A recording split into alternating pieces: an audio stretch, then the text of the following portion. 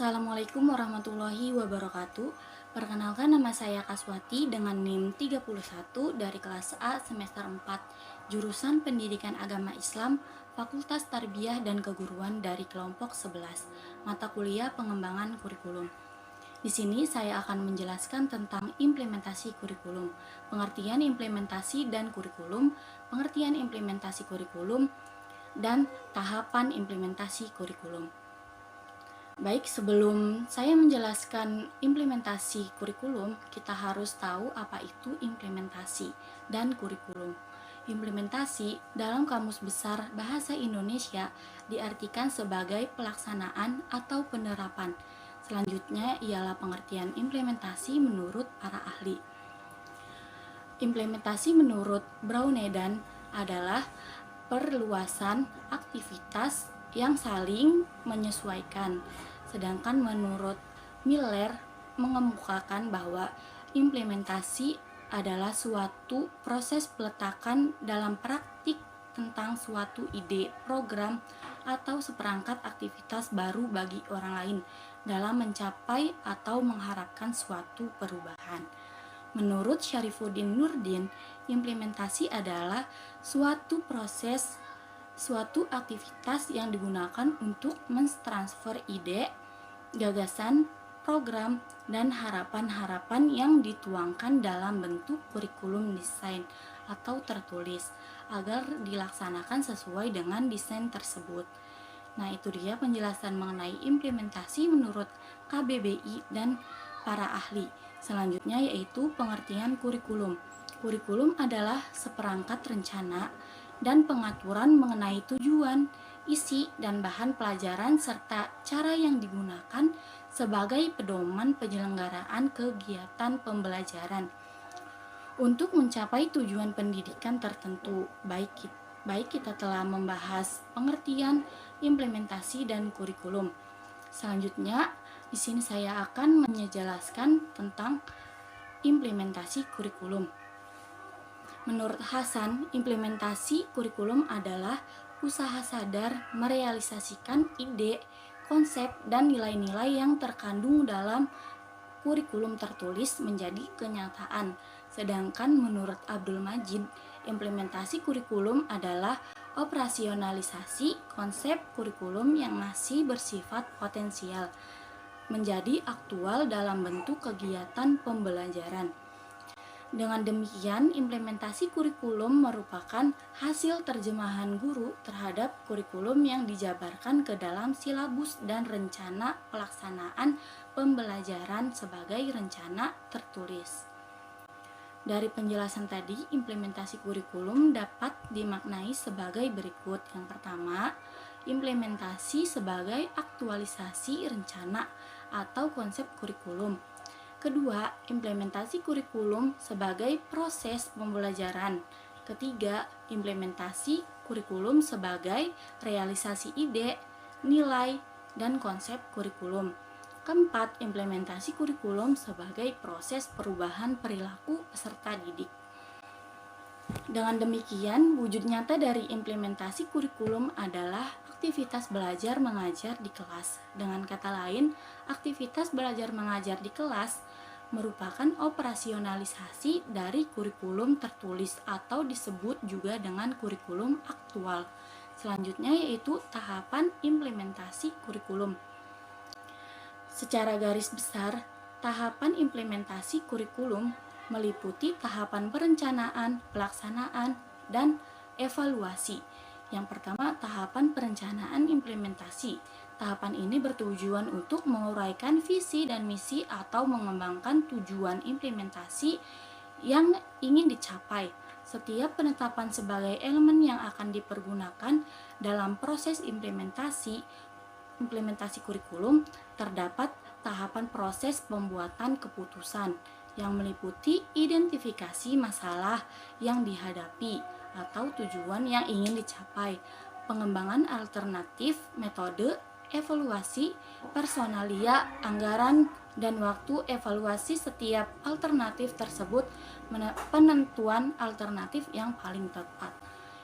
Yang kedua, tahapan pelaksanaan implementasi.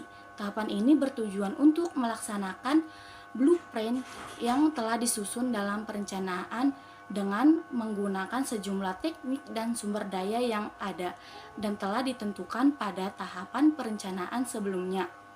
Pelaksanaan dilakukan oleh suatu tim terpadu menurut departemen, divisi, seksi masing-masing atau gabungan, tergantung pada rencana sebelumnya. Hasil dari pekerjaan ini adalah tercapainya tujuan-tujuan kegiatan yang telah ditetapkan. Yang ketiga, tahapan evaluasi, implementasi evaluasi. Evaluasi adalah proses penilaian suatu berdasarkan kriteria tertentu yang akan menghasilkan kumpulan data atau informasi yang dibutuhkan. Dengan hasil dan informasi yang diperoleh, maka akan memudahkan dalam menentukan nilai yang selanjutnya dapat dijadikan acuan penentuan kebijakan. Menurut Hamalik, tahapan implementasi kurikulum mencakup 3 tahap pokok, yaitu yang pertama, pengembangan program mencakup program tahunan, semester, bulanan, mingguan, dan harian. Selain itu ada juga program bimbingan dan konseling atau program remedial. Yang kedua, pelaksanaan pembelajaran. Pada dasarnya, pembelajaran adalah proses interaksi antara peserta didik dengan lingkungannya, sehingga terjadi perubahan perilaku ke arah yang lebih baik. Dalam kegiatan pembelajaran, tugas guru adalah mengkondisikan lingkungan agar menunjang terjadinya perubahan perilaku bagi peserta didik. Dan yang ketiga, evaluasi proses yang dilaksanakan sepanjang proses pelaksanaan kurikulum atau tiap semester. Evaluasi dalam hal ini dapat berupa evaluasi formatif dan sumatif yang dilakukan secara berkala. Tahapan-tahapan dalam membuat rancangan implementasi kurikulum menurut Hamalik yaitu yang pertama, studi program baru. Studi tentang program baru ditempatkan pada level distrik atau daerah dan diarahkan oleh sebuah komisi perencanaan yang menjelaskan program baru tersebut untuk dilaksanakan pada level sekolah. Kebutuhan untuk melakukan perubahan seperti yang dikemukakan oleh guru, konsultan, dan kepala sekolah memerlukan komitmen energi yang tinggi dalam implementasinya. Studi program baru juga harus mengidentifikasi dampak potensial pada guru yang menyangkut kepercayaan, metodologi, dan sumber daya. Dan yang kedua, identifikasi sumber daya.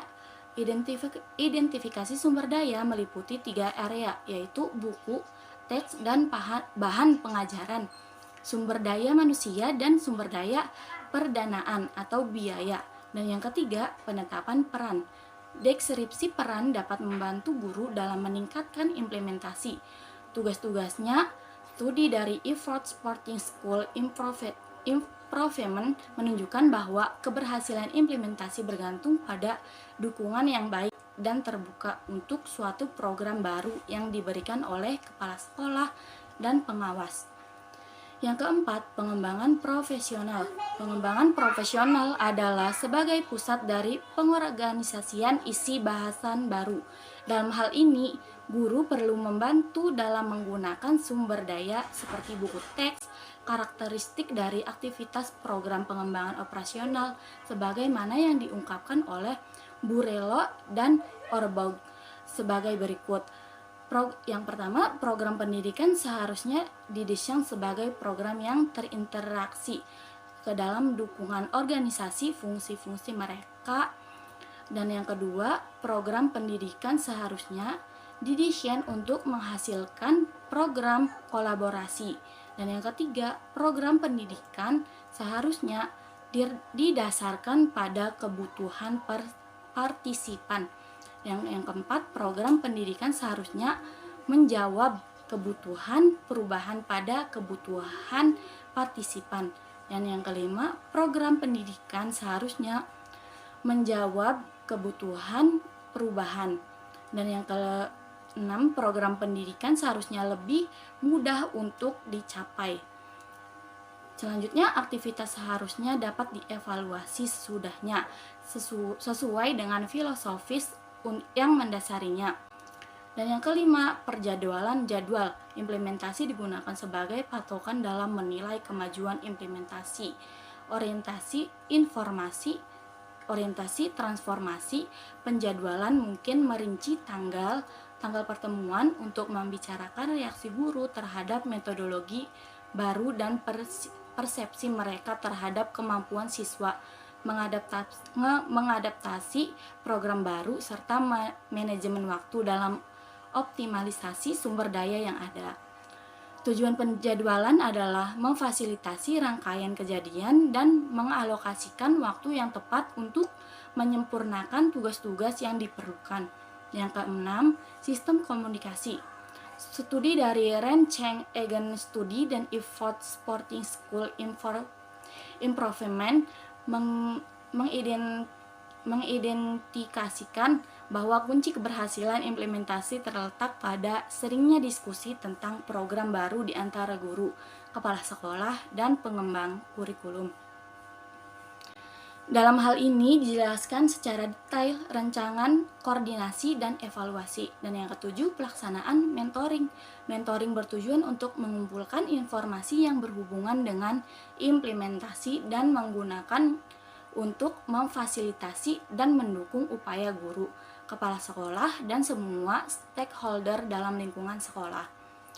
Kesimpulannya, implementasi kurikulum adalah usaha sadar merealisasikan ide, konsep, dan nilai-nilai yang terkandung dalam kurikulum tertulis menjadi kenyataan. Dan tahapan implementasi kurikulum meliputi tahapan perencanaan, pelaksanaan, dan evaluasi. Sedangkan tahapan untuk membuat rancangan implementasi kurikulum meliputi studi program baru, identifikasi sumber daya, penerapan peran, pengembangan profesional, penjadwalan sistem komunikasi, dan pelaksanaan mentoring. Baik, itulah penjelasan mengenai materi yang saya bahas kali ini, yaitu pengertian implementasi kurikulum dan tahapan implementasi kurikulum. Yang dapat saya jelaskan cukup sekian. Terima kasih. Wassalamualaikum warahmatullahi wabarakatuh.